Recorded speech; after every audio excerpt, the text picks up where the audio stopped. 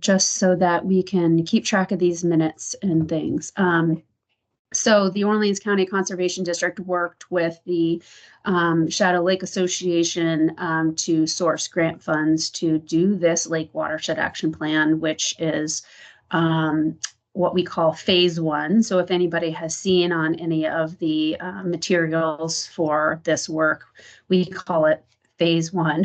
And really what that means is DEC has guidance on what a Lake Watershed Action Plan is. And for this particular project, the grant amount that DEC was offering wasn't going to be enough. And so we ended up proposing a phase one, which means that there aren't 30% designs for identified projects, but there are still a list of identified projects. And why we felt like that was a good proposal is because there's a lot of existing funding sources for those 30% designs and support to move those projects forward. So we didn't feel that the watershed and the Lake Association was going to miss out on any opportunities there. So that's what the phase one part of the plan is.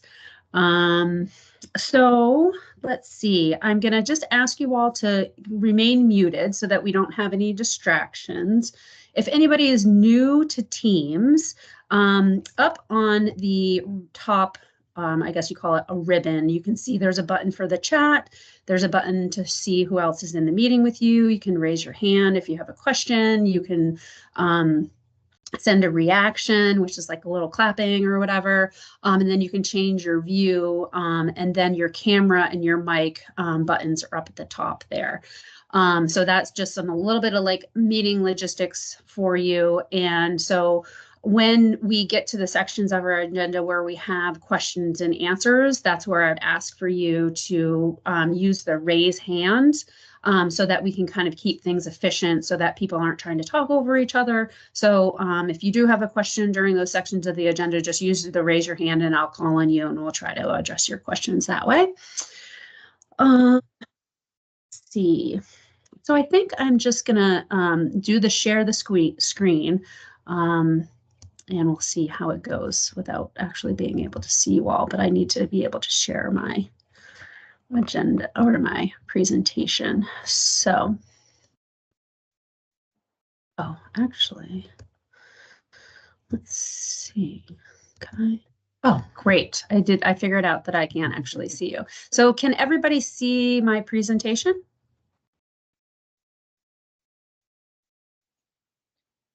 We see a copy of Teams of your presentation. Your gallery view's in the way. Oh, you can actually see the gallery. Yes. Oh, gotcha. Okay. Hold on. Oh, geez, not that. Okay, people. There we go. Okay. So I already explained this slide here, but just to say again that this is a meeting to go over our final report. And our final report is really focused on, and this meeting is really focused on kind of a high-level overview, a synthesis of the priorities that came out of the assessments and the recommendations that are in the plan and the outcomes of the plan. I think a lot of the work that we try to do in general with the Conservation District and certainly with this plan here is to sort of implore people to take action and to identify ways that, you know, they can in their everyday lives, you know, take up some of the work that has been presented and identified. So we're going to spend some time to kind of implore you to do that. So, okay. So now I'm just going to hand it over to Jen quick. Jen Andrews, the president of the Lake Association, to share kind of where we've been and kind of what led us to do this Lake Watershed Action Plan.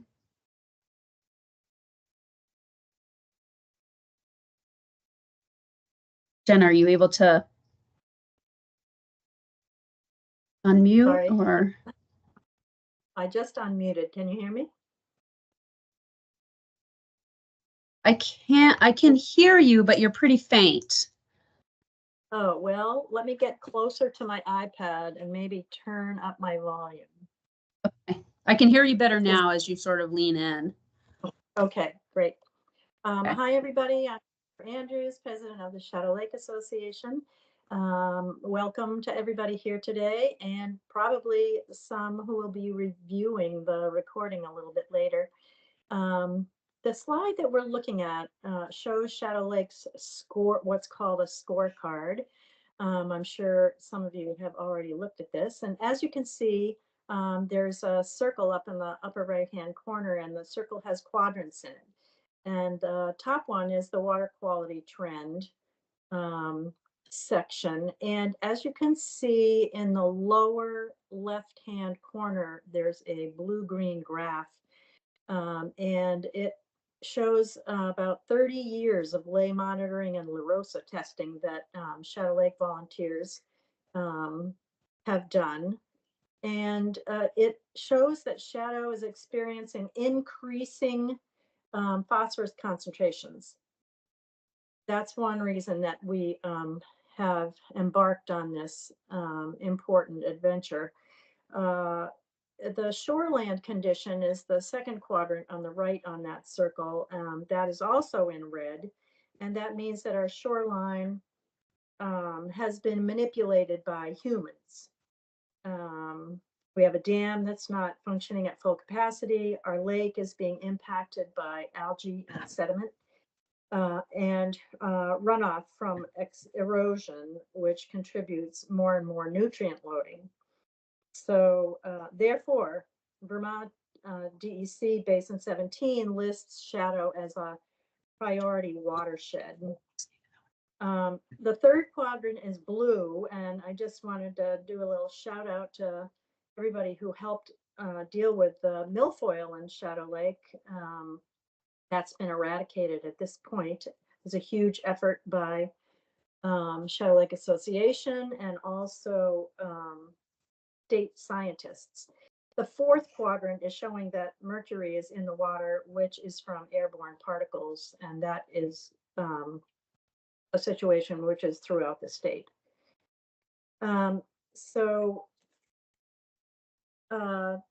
This is why we're here, right? To learn from the collected data and prioritize actions that will try and mitigate the things that we actually are able to. Sarah? Perfect. Thank you. So quickly, our agenda for today. Jen just sort of welcomed us, introduced the Lake Association. Then I'm just going to give an overview of what a Lake Watershed Action Plan is and what the process is, or what our outcomes are. And then we'll hear mostly today from Carrie from the Watershed Consulting, who is the consulting organization that we hired to do this work, and she's the one who's done such a great job, and we're so grateful for the work that she's done. She's been great to work with. So she's going to share the report, and then at that point we'll have some question and answer time, and then at the end I do have a survey that I would love for you all to fill out, so I'm going to put a link to that in the chat toward the end, and then we can talk about some next steps and hear kind of a closing from Jen. So a Lake Watershed Action Plan is an assessment and planning tool that identifies the greatest threats, stressors, and conditions to a particular lake ecosystem. And this includes stormwater runoff, sedimentation and nutrients, erosion, invasive species, and habitat loss. Generally, the assessment and planning work, of course, also, as I've said already, includes a significant amount of community engagement because, as we all know, we don't want this to be a tool that sits on a shelf. So I really try to, work hard to build relationships and to build community awareness and sort of include educational components to this work as well, so that we can have some local buy-in. Generally, this process is a 2-year process, and so Jen, we secured this grant. Let's see, it's 2024, 2022, I suppose. So we've been at it for a little while. And we are, in the end, kind of looking to prioritize areas of work within the watershed that would help improve water quality.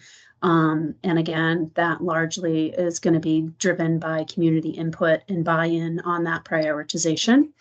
And then the last piece is what we're doing today, which is the final report.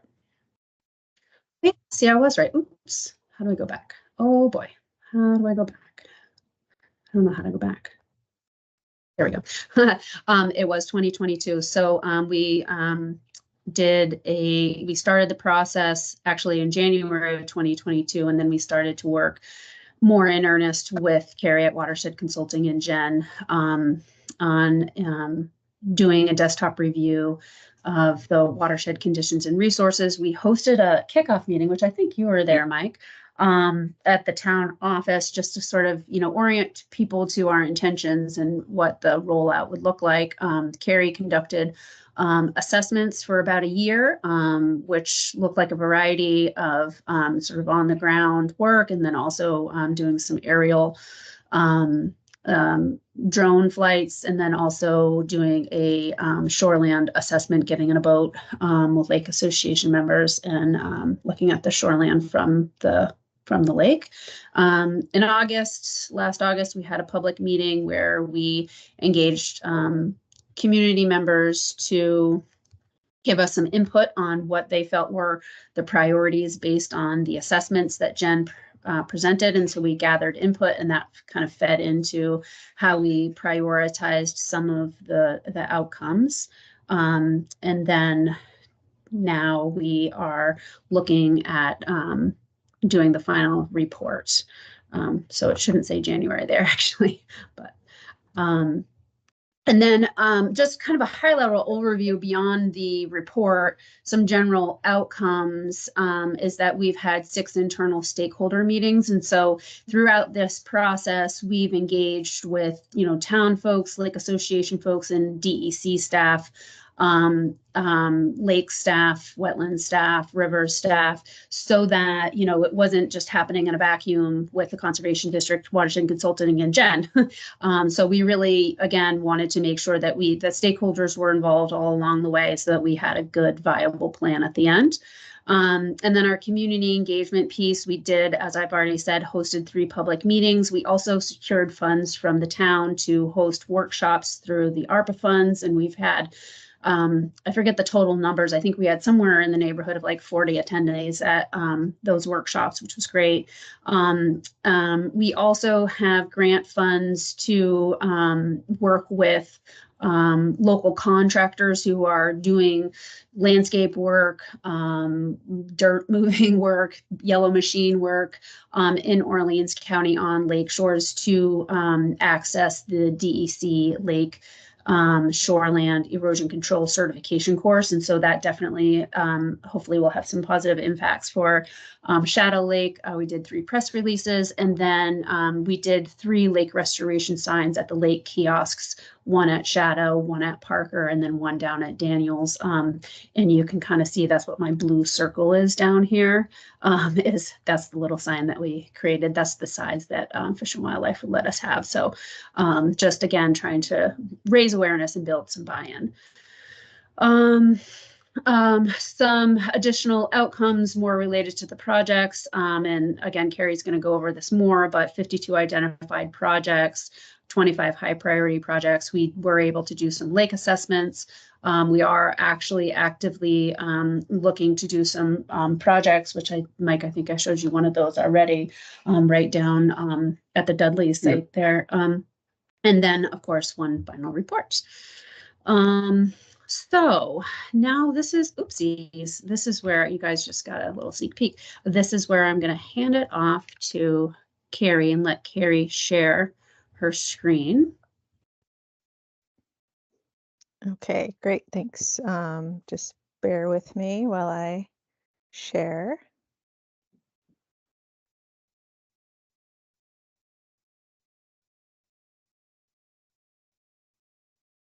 Can you see that? It's coming up. There it is. I see it. Okay. So like Sarah, I also can't see what anyone is doing in the meeting. So maybe Sarah could be in charge of letting me know if anyone has any interjections. Sounds good. Great. Okay, so that was a great intro. Thanks very much. So I'm just going to start out with sort of a high-level overview of the Lake Watershed Action Plan Phase 1 for Shadow Lake. Sarah went over some of this already, but I just wanted to lay out the tasks that were completed. So we had first our data review with our stakeholder input meeting that we saw the photo of. Then a desktop assessment to really dig into that data and identify potential areas for practices and issues within the Carrie, watershed. excuse me, this is Andres. Yep. I'm sorry. I just didn't know, you can't see, the presentation's not started. I didn't know if that was intentional or not. No. Okay. Hold Yeah, on. I think we're just looking at this. Okay, it started on my screen, but Yeah. maybe I shared the wrong thing. Hold on.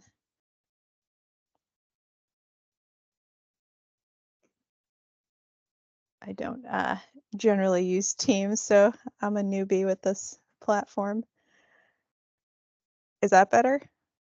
That's good. We're looking at the watershed, Shadow Lake. Oh, yeah. LWAP. Great.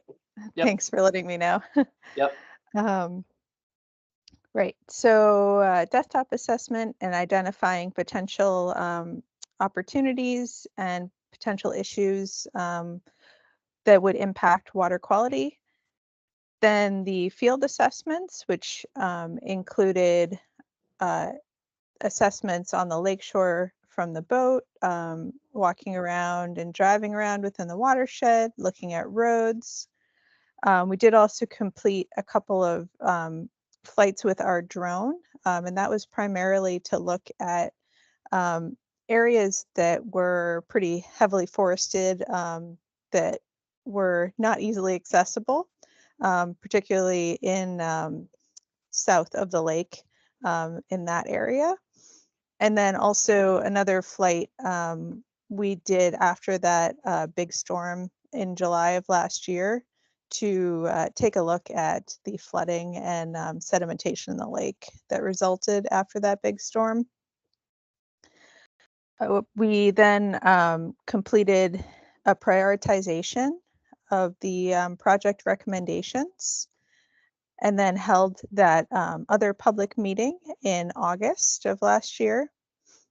And then we completed 30 summary sheets that were based on the stakeholder input at that public meeting. And I'll get into what those look like later in the presentation. And completed lake-wise assessments at 5 properties along Shadow Lake. And then we have completed the final plan document, which really includes everything that occurred in the project. But accompanying that, we also have a story map, which is an online resource that's meant to be a little bit more user-friendly for people who don't want to read through a 50-page document that's has some pretty technical language in it. And that story map has interactive maps, so you can zoom around in the watershed and take a look at any areas of interest to you. So when we look at a watershed, for these Lake Watershed Action Plans, we focus on 3 main sectors. So those are our transportation, so our roads, driveways, and trails, our shorelands, and our streams. And so each of those can contribute sediment and nutrients to the lake, which then can lead to those increasing phosphorus levels that Jen talked about and increased sedimentation in the lake. So I'm just going to give some kind of takeaways from what those assessments told us about the watershed. So the road sector had the most projects identified, and that again does include things like driveways, private roads, and public roads. And the most common issues were things like unstable road shoulders, so just loose material, erodible and unstable ditches, lack of adequate cross drainage, and that could be a missing culvert, a culvert that wasn't quite big enough, or one that was clogged with sediment. Grading that wasn't doing the job that it's supposed to, which is to get the water off of the road as quickly as possible to prevent erosion. Grader berms, so that's piles of sediment that can build up on the edges of the roads and again, keep the water on the road, which is not what we want. And then really a direct connection of the roads to the water. So sort of acting as a funnel for sediment into the lake. For the shoreline sector, we had a significant number of projects identified there too, 39% of the projects. And the most common issues were things like lack of vegetated buffers, shoreline erosion, and retaining walls. So that's something I'll talk a little bit more about when we get to that specific section. And then the stream sector, which we have 12% of the projects. And for this, because it was that phase 1 Lake Watershed Action Plan, this plan didn't really focus too much on the streams. So we didn't do full stream walks, which is a part of a full Lake Watershed Action Plan. So the information that we have for the streams was collected from our other field assessments and that drone imagery that we collected. However, we did identify some common issues such as lack of floodplain access. So that's an area where when it rains a lot and the stream floods up, it doesn't really have a place to go and spread out and slow down. Lack of vegetated riparian buffers, and again, unmanaged stormwater input, this time into the streams. And so what that can do is make the water, when it rains, reach the stream a lot faster and in greater volumes than you would get in an area that's more heavily vegetated or the stormwater is managed. And so what that does is make the streams have more erosive capacity. So that means they're more likely to erode the stream banks and carry sediment down to the lake. So I'm now going to dive a little bit into each of those sectors. And first, I just wanted to lay out some sort of key concepts related to stormwater. So when we think about stormwater in a natural vegetated area, generally it's going to be taken up by the trees and the vegetation and pass over the ground pretty slowly, and it's going to be spread out. It's not going to be super concentrated. And the idea with managing stormwater is to sort of try to recreate that, but within our developed environment. So the concepts that we want to think about are slowing that water down, spreading it out, letting it sink into the ground, and filtering it and keeping it clean. So how does that relate to roadways? Well, the first thing is for unpaved roadways and driveways, we really want to get the water off of the road or driveway as quickly as possible. So that way it's not running down the road and picking up material as the water goes and starts traveling faster, and you have more water on the road. So grading is a great tool that we can use to make sure that the water leaves the road and doesn't pick up that sediment. So this is just a diagram showing sort of a common occurrence that you might find. So you have a road, and then you may have ditches on the side of the road. And those ditches can take that water where it's not going to flood anyone out or anything, and essentially put it into a stream. And if you have a nice stable ditch and a road that's well graded, that's not usually a problem. But in cases where you are actually picking up a lot of sediment and nutrients, that can be a pretty big problem. So your stream or your where your culvert is draining can have pretty negative water quality impacts. However, with some fairly simple management strategies, such as disconnecting those areas where you can with things like turnouts, or adding some stabilization within those ditches, keeping the roads well graded and crowned, you can really prevent a lot of sediment from reaching our surface waters and maintaining good water quality, even with having a road be constructed over a stream. So how does that relate to our watershed?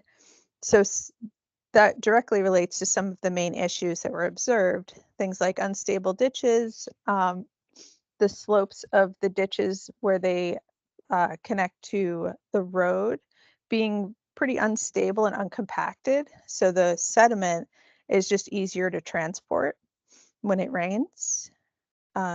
Culverts that are clogged or undersized or not there. Grading that either through lack of frequency or another reason, such as leaving grader berms on the side of the road, doesn't get the water off of the road like we'd like to see. And then there's also ATV use that can cause erosion, particularly when that is around surface waters, including wetlands. So within the roadway sector, there were 40 projects identified, which is what I am showing on this map here. And the types of projects that were identified are things like slowing down and filtering out that stormwater with a series of best management practices, improving grading, and stabilizing ditches, and improving the culverts. So just some photos of some of the things that I was just talking about to hopefully give a better indication of what that looks like on the ground. So we have some unstable ditches. You can just see that the material is pretty loose, and some of these ditches have been filled up with sediment and just need to be cleaned out and stabilized. We have a few cases where you can kind of see in the lower right here, we have a culvert that's pretty well clogged, the upper right as well. We have some ditches that have a lot of sediment in them. And in these areas, this is something that needs to be maintained quite regularly, or this occurs pretty much everywhere where we have this type of scenario. The top left here, I'm just showing an area where water has run over the road, and that's because there isn't any sort of cross drainage there. And that was in that July storm, so that was a pretty extreme event there. And a few more examples of grading and grader berms.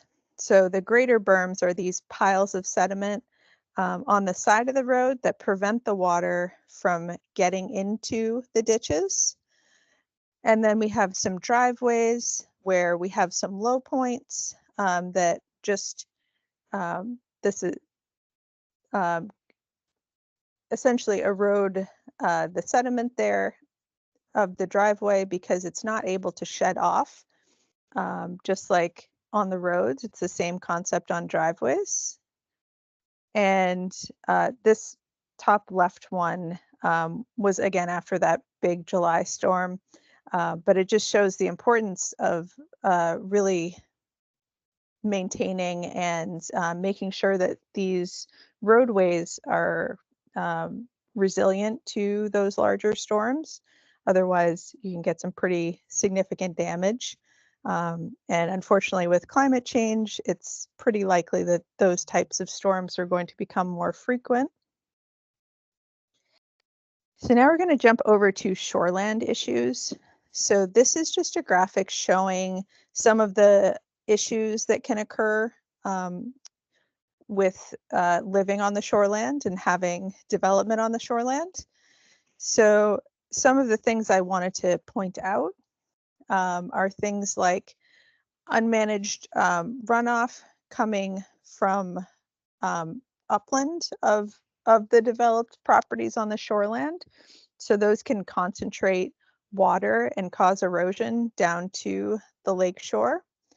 A lack of a robust native vegetated buffer, which is a really important thing, particularly at Shadow Lake, because if folks are aware of the high water levels due to the dam that isn't functioning as it was designed.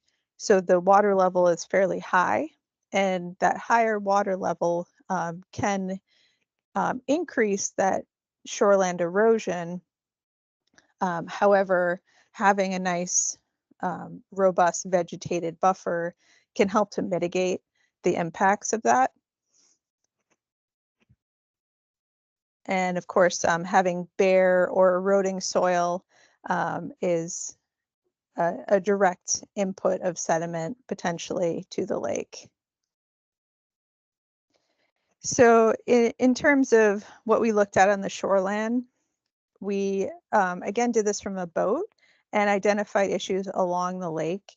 And the idea here was to identify areas that had sort of the same characteristics. So whether that is a positive thing, such as being well vegetated, or a less positive thing, such as lacking a vegetated shoreline, those were grouped into segments. So each of those segments could be scored individually and could be targeted for outreach and education about the types of issues that they were potentially experiencing and hopefully willing to correct. So there were 53 segments along the entirety of the lakeshore. And again, hopefully those can be used to prioritize outreach and to prioritize lake-wise assessments. And if you don't know what those are, I will get to that shortly. So each of those was ranked, and this is what the shoreline assessments overview looks like around the lake. So unsurprisingly, the more developed areas have these closer to red colors, which are an indication of potential negative water quality implications, whereas the more vegetated areas have a lower score in these assessments, which indicates a more stable shoreline. So what were the types of issues that we identified? Primarily, like I mentioned a few times already, a lack of a robust native buffer. And again, when we don't have that, that can really decrease the stability of shoreline. And just a note is that even though, yes, these are green, they are just turf grass, and turf grass really has very shallow roots. And I keep saying a robust native vegetated buffer because those native species really have nice deep roots that hold the soil in place. So this is a graphic from the Vermont Bioengineering Manual. And this is showing how deep the roots are of various plants. So on the left side of this depth gauge here, we have turf grass, which you may not even be able to see how deep the roots are because they're quite shallow. Whereas when we look on the right side of that depth line, we can see a lot of other native plants that have much deeper roots, or roots that spread out a lot more. And those types of roots are really good at holding the soil in place. So just a few examples of bare soil and erosion. And then we're going to jump over to the stream sector, and just a little note about sort of what the goal for with healthy streams is. So again, robust vegetated riparian buffers, stable banks, streams that transport water and sediment, but not in excess. So our streams are in what is known as a state of dynamic equilibrium. So that means that when they're healthy, they're in balance where they can transport some sediment, but in healthy quantities, and not having these huge influxes of nutrients and into the lake. And a big piece of that is the inputs of stormwater into our streams. So when we have unmanaged stormwater going into the streams in greater volumes and in much faster than you would in a natural environment, they can really transport significant pollutant loads that they wouldn't do in a less developed area. And also note that any stream culverts need to be large enough so that they aren't restricting flows, because that can actually lead to more scour and erosion. If you think about putting your thumb over a hose, that's sort of what happens when our streams are restricted by culverts that are too small. So the general issues that were observed were some unstable stream banks, some scour and erosion, particularly near some stream culverts, lack of a robust vegetated riparian buffer, and unfiltered or unmanaged stormwater inputs into the streams. So there were 17 projects identified, 5 of which were designated as high priority. And the types of projects included floodplain restoration. So that's allowing the streams to flood up into an area where it's safe to do so, and allow that water to slow down and some of that sediment to filter out. And then increasing buffering and stabilization, and slowing and filtering stormwater before it gets to the streams. So just a few examples of areas where there were some erosion and lack of buffers identified. And a few more examples where there could be some improvements made that are fairly straightforward that would have a positive impact on stream and lake health. So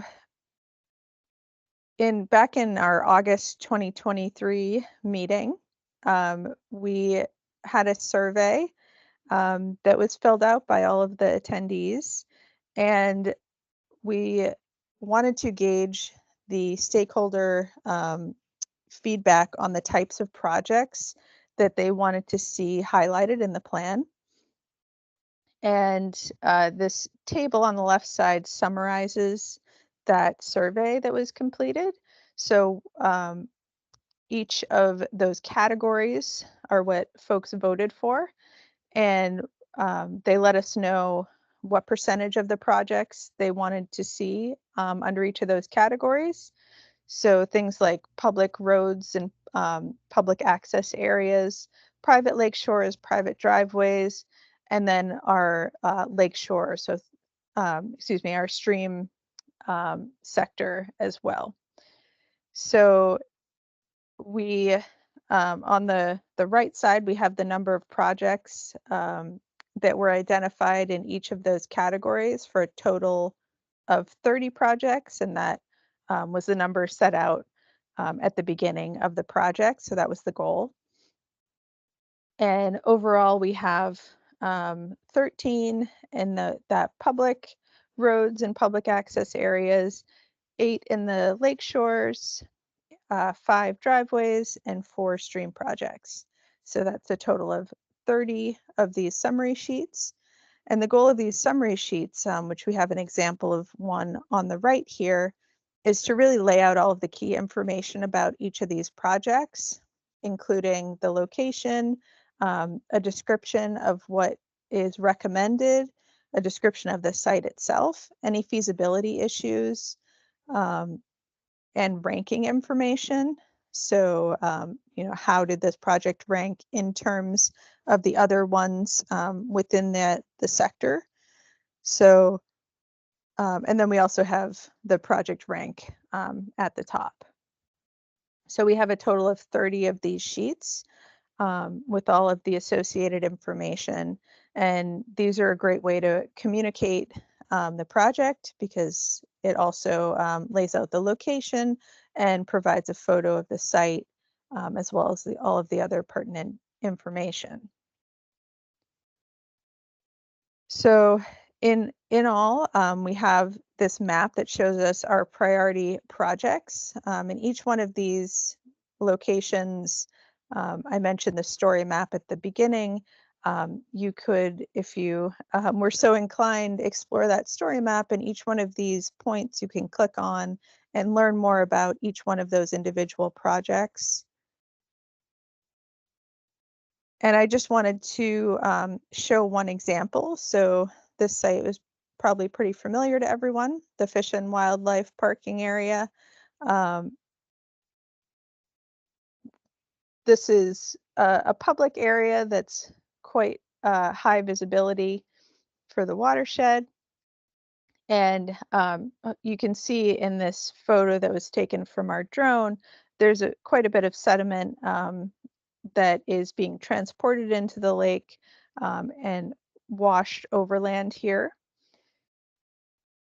And here are just some visualizations. So the top here, the red arrows are showing how the water can flow over this area and transport that sediment into the lake. And here, it would be fairly straightforward to be able to vegetate this area so that when the water is flowing over the boat launch, it's flowing to a nice, robust vegetated area as opposed to a more bare area with a lot of loose sediment that could be washed into the lake.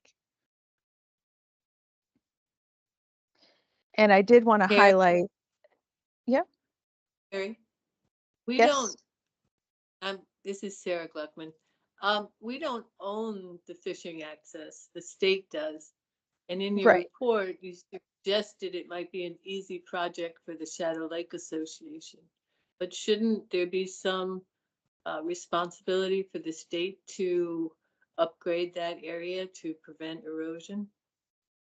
Yes, definitely. Yes, I'm sorry if it sounded like I thought you guys owned it. Really, the idea there is public access areas, you know, should be and often are much more low-hanging fruit, if you will. So they're generally easier to get folks on board with doing some projects like that. And the Shadow Lake Association and other folks are, you know, in a good position to work with Fish and Wildlife to implement projects like that. Okay. So yeah, I just wanted to highlight some local best management practices that are already in place and in action at the public beach. So there are on the top right, we have a water bar that's directing stormwater into a bioretention area. And then we have a vegetated area along the road to capture stormwater. And then we have some great work that's already been done by the town to replace culverts and stabilize drainages And I did also want to note that I know that there has been more work done since our last field assessments, which were in August of 2023. And just wanted to acknowledge and highlight some of the great work that's already being done. And then I wanted to talk a little bit about LakeWise, which is a program, if you're not familiar, through the Vermont DEC to promote lake-friendly living. So those are areas where we aren't having a negative impact on the lake by, having a residence or another development along the lake shore because of practices and management strategies that you've put into place. So what the LakeWise program does is assess for key areas of each property. So those areas are the driveway, structure, and septic. So it would be, for example, a house in terms of the structure, a recreation area, and the shoreline itself. So during this plan, we worked with the Shadow Lake Association to do some outreach to some landowners that were prioritized through that lakeshore assessment that I talked about near the beginning. And we completed 5 of those assessments along the lakeshore. And overall, we had 80% of them, so 4 of the 5 passed the driveway portion, 60% passed the structures and septic portion, 40% passed the recreation portion, and 0 passed the shoreline portion. So that's not entirely surprising because these areas were targeted because they potentially could use some improvements, and these residents were motivated to do something on their property to improve the potential water quality impacts of their property. And it's nice to see that folks are willing to participate in the program. And I would also like to make sure to note that this is a free program. There's no regulatory implications for it.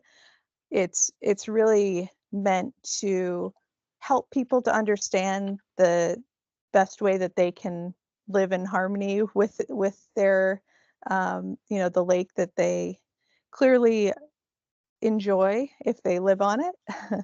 And I would encourage more folks to work with the Shadow Lake Association, NRCD, and Vermont DEC to complete more of these assessments.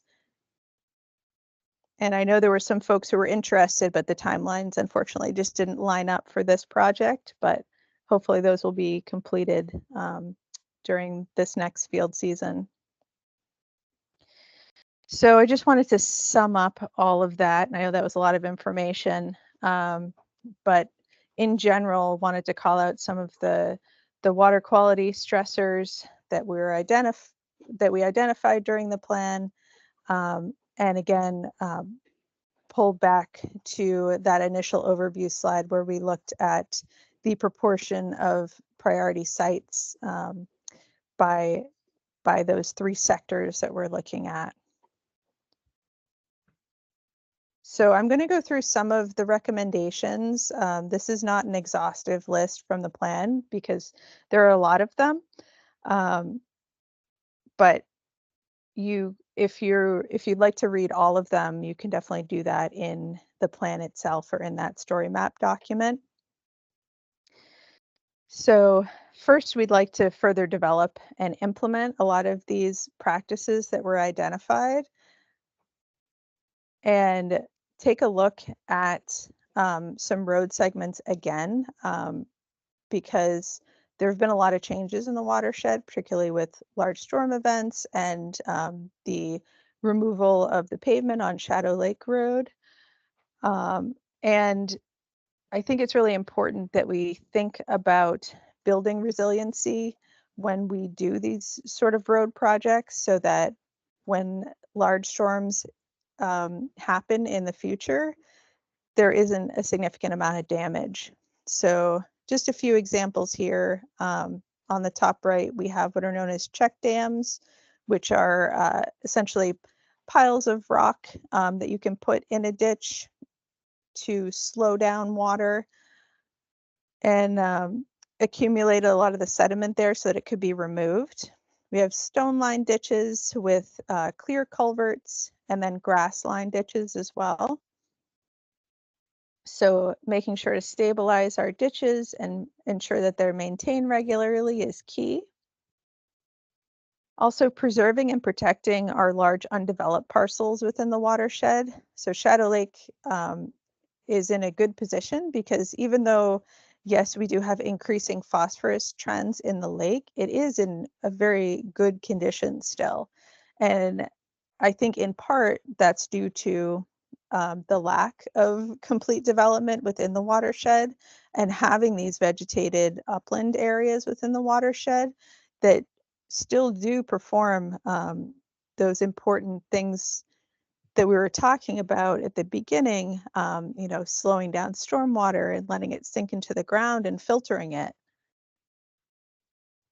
And also completing some additional stream assessments, because as I mentioned, this was the phase 1 of the Lake Watershed Action Plan. So stream walks were not within the scope of this study, but there were a few in particular tributaries that had high nutrient loads, which was determined through the water quality sampling that's completed through the LaRosa program. So really understanding, you know, where those inputs are coming from are, you know, that's an important thing to do. Stabilizing trails and preventing future damage from ATVs. And this is particularly important in areas where there are wetlands or streams. Working with the DEC, Shadow Lake Association, and the NRCD to do those additional lake-wise assessments, and then potentially getting help to implement those specific recommendations. And then working with the NRCD, other local partners, and private landowners to improve those lake and stream buffers. So just a few examples of some lake buffers that are nice and robust, but also fairly aesthetically pleasing. Completing an illicit discharge survey to identify and eliminate potential sources of contamination. So things like leaking septic systems, that can be a major concern. And that illicit discharge survey is a great way to systematically identify and eliminate those sources. Encouraging adoption of residential green stormwater infrastructure. So that's things like rain gardens, rain barrels, vegetated buffers, these small, fairly easy to implement practices that residents can do on their own property that collectively can make a really big difference in the watershed. And then working with the Vermont DEC Stream Flow Protection Program and staff and Stream Flow Protection Coordinator and river ecologist to improve the dam functionality and reduce hazards. I know this is an issue of major concern in the watershed. It's not a focus of this plan specifically, except as it relates to higher water levels, which can lead to instability along the lakeshore, but it is an important thing to note. And that's all I have in the overview presentation. If I have another second here, let me switch screens. Want to show the story map to people just to give a little introduction there. Can folks see my story map now, hopefully. Looks Yes. And just so folks know, I did put a link to the story map in the chat if people want to go there. Great, thank you. So the story map is really, it functions like a website. So when you get here, you have all these links at the top, so you can jump around to particular areas of interest for you. But it has more information than what I was able to tell you in this brief presentation. But hopefully it's a little bit more user-friendly than the full report. And each one of these maps you can click on and zoom around and explore. Let me just go down to one with some data in it. And I'll show you, you can click on each one of these areas that are identified and just read a little bit about each one of those locations if that's something of interest to you. So there's a lot of information on there. I'm not going to go through it all again because we just did that. But I did want to just make sure everyone knows that that is there, and you can explore it at your leisure. I also put a link to the chat to the Conservation District website that we have, or webpage specifically for the Shadow Lake LWAP resources, that includes a link to the story map. So if you're ever like, where did it go? You can go to the Conservation District's website and find your way around to get to that link in the future if you need it again, if you lose it or whatever, it's hosted there. That's great. So thanks. Yeah.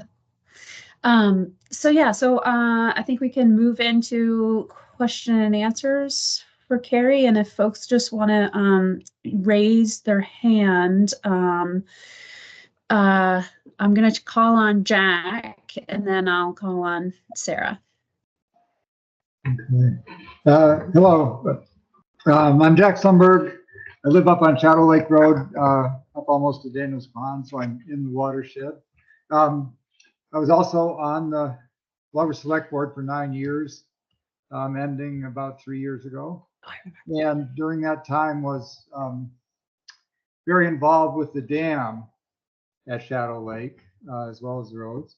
But I met with, every time the Vermont dam safety engineers came to Shadow Lake to inspect the dam, I met with them, talked with them, talked with the engineers at Du Bois and King when they were working on assessing the dam, and also worked with other Glover Historical Society members on the history of Slab City, which is the little industrial settlement that used to be at the outlet of the lake, and that grew up because there was a dam there. And so I want to respond a little bit to the statement that Carrie made when she started the shoreline erosion discussion. She said that the dam that isn't functioning as it was designed. And there's been a lot of misunderstanding about this over the years. So I just want to bring it up one more time. So that dam probably goes back to the 1820s as a wooden dam built there to hold water in the lake, probably to raise the lake level actually originally. And then let the sawmills, the potato starch mill, the box factory, everything else that was there over many years, use that water to power the mills. And when the present granite and earthen dam was built, which was around 1900, there was still one sawmill operating on the outlet stream down, not right at the lake, but down almost to Route 16, you know, at the bottom of the stream, just before it goes into the Barton River. There was a sawmill down there called the Lawrence Mill. And the owner of that mill owned the rights, owned the Shadow Lake Dam, and owned the rights to the water power. And the pipe, you know, the main outlet in the dam is just a 36-inch diameter pipe. And it has an iron gate on it that can be lowered. And what we learned studying the history of that area was that they used to come up at the end of the workday and close that gate because they didn't want to waste any water overnight when they weren't sawing. and they'd go back up in the morning and open the gate and let the water run again in the stream. Of course, that's nothing that would be allowed to be done today, but this was, 100 years ago. And the auxiliary spillway, which is about 18 inches above the normal summer height of the lake level now, that has provision in it to add stop logs in so that you could even hold water above the height of the auxiliary spillway. So this was at a time when only the first few camps were built, on the far end of the lake. Probably nobody imagined that there would be camps, that the development would be like it is today. And the lake was mainly used for its water power, not for recreational purposes. It's true that the dam isn't functioning as it was designed. We don't shut the gate anymore to hold water in the lake, and we don't add boards in the auxiliary spillway. But when people make that statement, it sounds like there are ways that a freer flow of water could be going out of that dam, and the lake level would not rise so much when we have snow melt or rain events. If we have one big rain event, if we have several wet weeks, it's a big watershed. A lot of streams flow into that lake. Everything that comes into Daniels Pond flows in, and there's only one way it can go out, and that is a 36-inch pipe. So there's no way and then once the water rises 18 inches above the usual summer level, then it starts to flow out the auxiliary spillway. But that's just a 12-foot wide spillway. There may be 6 inches of water flowing over it. It's according to the engineers, it's just not a lot of water. So even the two of those, the 36-inch pipe and the 12-foot spillway, can never keep up when the water's really flowing into the lake. It also just takes time for the water to get down out of the woods, into the streams, into the lake, and then to get from one end of the lake to the other. The engineers told me that when the water's coming in fast, the lake level would actually be higher at the far end of the lake than it would be at the dam. And it takes time for that water to move down the lake. I asked the engineers, I asked the Boise and King engineers, if that dam was changed so that it was a 100-foot wide spillway that was all at the same height as this desired summer level of the lake, would that let water out of the lake fast enough so that you wouldn't have a lake rise? And they said, well, it would have let it out a little faster, but you would still have rise in water level, even with a spillway that wide and that low, that there's just, because of the size of the watershed, because of how much water can come in a fast melt or a big storm.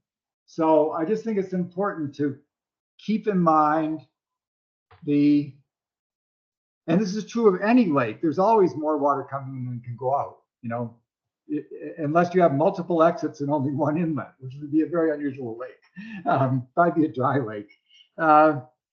It's just part of the natural system that when you get a lot of precipitation, you get a lot of snow melt, but lake water is going to rise. And it's not, and the dam stays fully open at all times. It's not about the way the dam is operated. So I just wanted to say that one more time. Thank you. Thank you so much, Jack. So I know that this could turn into a large dam discussion. So I'm going to actually move to Sarah Gluckman had a question. So I'm going to move to that. And then if somebody wants to respond to the dam, I might limit it to a little bit. I just don't want the last half hour to just be focused on the dam. But if that's where the energy is at, of course, I wanted to support that also. So Sarah. I wanted to ask where exactly I can find copies or the description of each of the 30 projects that Carrie is the group is recommending. I tried it this afternoon and I never got to a spot where I could actually see each individual page of those 30 recommendations. So Carrie, I think that's the appendix. Is that correct? That's correct. So Sarah, I in haven't. the whole final report. Yeah, and so that has not been shared yet. That's something that I want to work with Jen, just because there are specific landowners there. I do want to try to give people the heads up before, the public has information about their properties being prioritized, just to respect folks that way. So that should be up very soon. Our grant, actually, our final report has to be done by the end of the month. So Jen, that's something that you and I and Carrie and maybe Sarah, whoever, sort of on the internal stakeholders, we need to strategize about that, because I just want to be respectful for folks, as folks are, prioritized there, so that they're not sort of sideswiped by that. So right now you can't see those 30 projects. So right now we don't have the appendix up on the web, right? Okay. Oh, Yep. then that's why I couldn't find it. Right. Sorry. Yep. Good question. Okay. Next. Anybody else have questions, comments? Great. Mike, do you have any thoughts that you want to share? Oh, No. okay. Other than we have completed a lot of projects along the lake. That's great. David? Well, and I don't want to get into a dam discussion tonight, but the last engineering report that we received showed that the 36-inch valve was only 60% open and only capable of opening 60%. It showed that the debris rack was only allowing 50% of the outflow. And I actually saw at least an 8-inch waterfall going over the debris that was in front of the rack. And we had 3 alternatives drawn up by Du Bois and King that showed that we could at least lower the 41-day water retention to somewhere near a 10 or 15-day event instead of 40 days. And that's all I have to say. Steve? I'm sorry, but I'm going to say a couple things about the dam myself. David is correct. The valve only opens up 60%. So there's a 40% obstruction. To correct, I wasn't privy to the conversation that Jack had with Du Bois and King, so I can't comment on that. Other than I would like to make a correction to him that the spillway is 15 foot wide. I'd also like to say that David is correct that the debris rack does obstruct that. And the 36-inch valve is the only exit of the water unless the water comes up 19.2 inches. And there is studies that show in the recent H&H reports that a reduction in time that David speaks about can be achieved. And that's very important to the shoreline in itself. I mean, we can do all the plantings we want to save the shoreline, but if they're super saturated in sog and don't live, those plantings, essentially are a futile attempt. So I don't want to get long-winded about the dam, other than, it is to be said that of 5.3 square miles of watershed, that it all exits through one 36-inch diameter pipe, which is presently deficient and not fully opened.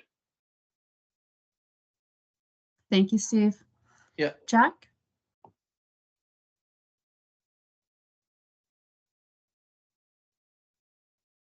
Oh, Jack, your mic is off here. I can try to unmute him. I agree completely that the trash rack could be improved, that the gate could open farther, that more water would flow out of the pipe if that was done. My point was just that the dam was built to hold water, not to let it out fast. It could work better, I agree. That would shorten the time that the lake is high, I agree, but you're still going to have fluctuations in the lake level. That's just the way it is. So I don't argue with and 12 feet, 15 feet, that's fine. And 19.2 inches instead of 18, that's fine too. But it could work better. It could work better, but water's always going to lake level will change when there's a lot of precipitation or snow melt.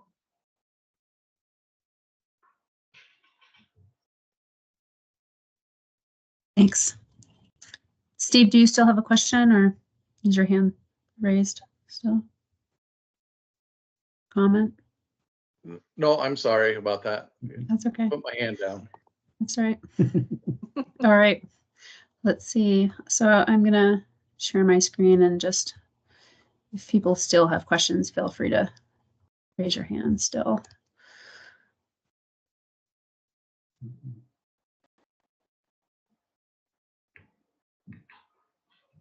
So just want to share a little bit about the next steps.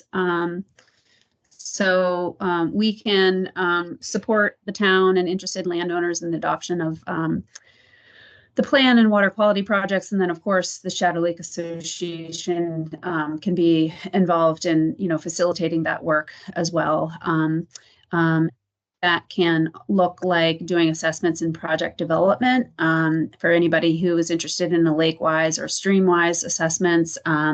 Right now, like a lot of things, it's about kind of capacity. And right now, the capacity to do those lake-wise assessments is with DEC. So if anybody's interested, you can get in touch with Jen or anybody at the Lake Association, and then they can facilitate you getting access to DEC. Allison Marcioni, who is the staff person at DEC who leads the Lake-wise program.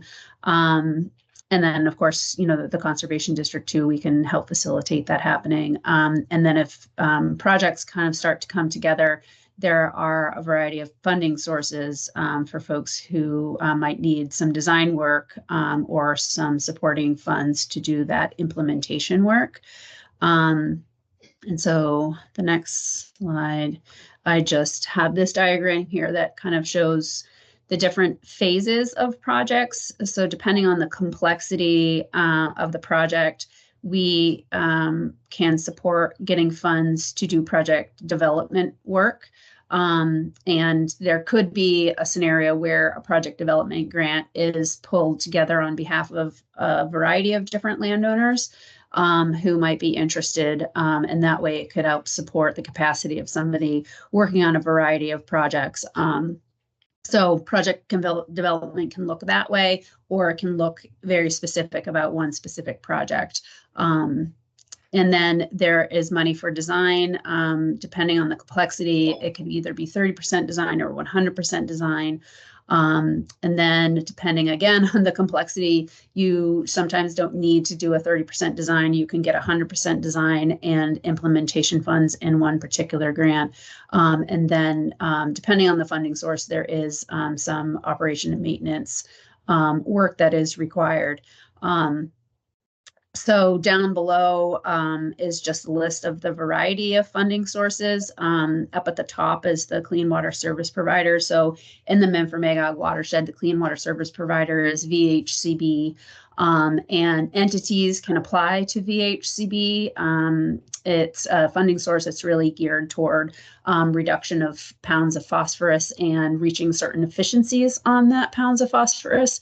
The districts are entities that apply to those clean water service providers, but towns can also apply. So like if you have a project that you just have a shortfall of X amount of dollars and you think it's a good sediment reduction project, you can definitely let me know and I can help you facilitate that way. And maybe Teresa could help you access some of those funds or whatever.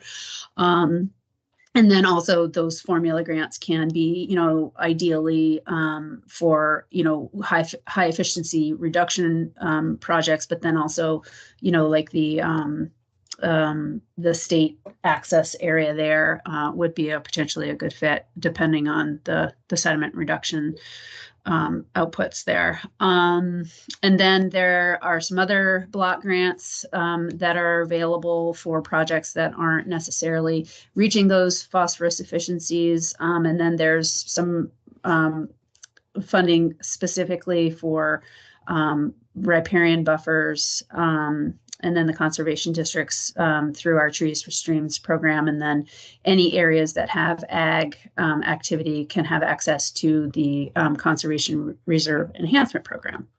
So there's lots of programs available, and the district can definitely help folks navigate, the right way to get the right spot and help you identify the right person to get in touch with and whatever it is you need that way. So that's just a brief outline of that for you. And then I just wanted to share quickly, Carrie did talk some about the Vermont Bioengineering Manual and showed some clips from that. And so I'm going to share these slides on that district webpage, so you can go back here again, or you can just remember, if you Google the Vermont Bioengineering Manual, it's actually really user-friendly and has a lot of great information. Sharing the Edge is something specific for lakeshore property owners. Again, really great resource and really good to share with contractors and folks that are, doing business along the lake shore. And then similarly, like I talked about earlier, the Natural Lake Shoreland Erosion and Control certification course that Allison manages and delivers is a great way for folks in the industry to attend that and learn about what is a core log, and what are all of these different practices, infiltration steps, all of those kind of things that actually might be interesting for you if you're interested in that at some point. I went to it. It was really good. So just wanted to share those resources. And then I'm just gonna send it back to Jen. And then Jen, if you want to just talk a little bit about the Shadow Lake Association, and then maybe I'll scoot over and put a survey in the chat for folks. Sure, absolutely.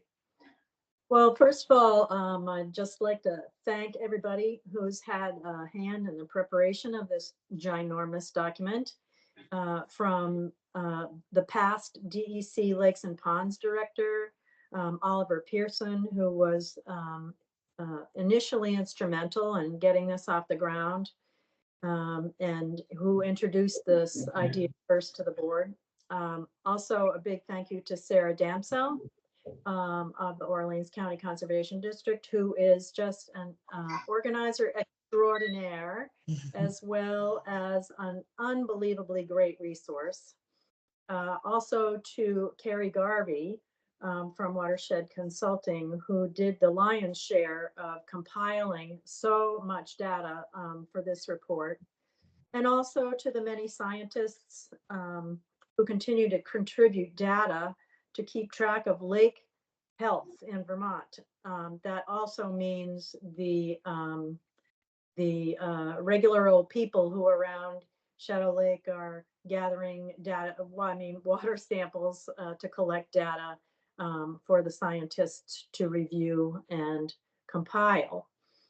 I think also really critical to recognize is the Shadow Lake Association members, the Shadow Lake community, and the Shadow Lake landowners who have participated in assisting all of those professionals. Not to be overlooked are those who have already participated in the LakeWise program and who have encouraged others to follow suit as they see their projects being assessed and then coming to fruition. It's incredibly important to encourage others. The data collection and then this subsequent report informs us of very important work that must be done around the lake to keep it healthy. So to that end, everyone who lives on, near, and around Shadow Lake and in its watershed must stay interested and engaged in this work. So I compel all of our lakeshore owners to reach out to a board member with questions and comments about LakeWise, this report, and other things. We always use volunteers collecting water samples. Please stay informed. All of this information will get put on our brand new website that is much easier to use. Also, things that will be in social media encouraging people to become informed. And finally, but most importantly, I think, is to participate. And please encourage others to do the same, because this is the work. It's important for us to maintain the health of Shadow Lake. It's an economic driver to the town. It's something that we all enjoy. So take this report to heart, and please make sure to sign up for Lakewise Association assessments, which are free, that are done, as Sarah said, by Allison Marcioni, who is just right on, clear, astute person who will be able to really just give you what you need to know to improve the runoff or retention of runoff. So thanks everybody for coming. Really appreciate your attendance here. Perfect. Thank you, Jen.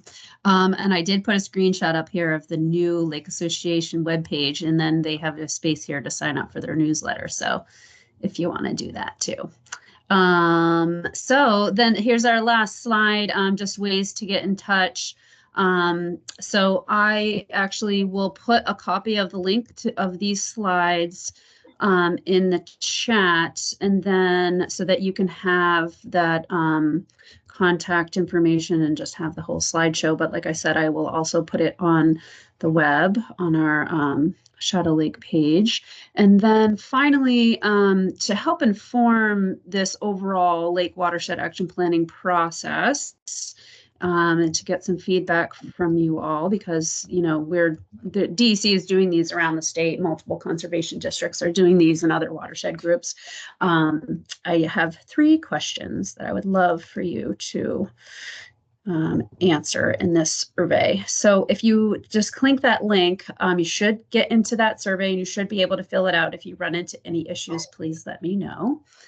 And then after that, if folks want to continue to chat, please do. But that is sort of the end of our presentation here. And thank you so much for attending. And thank you, everybody, for all your energy and just getting this plan together. And like Jen said, I think it's going to be a lot of really good work ahead, and a nice document to guide our work together. So yeah, and thanks for letting me be in your office here.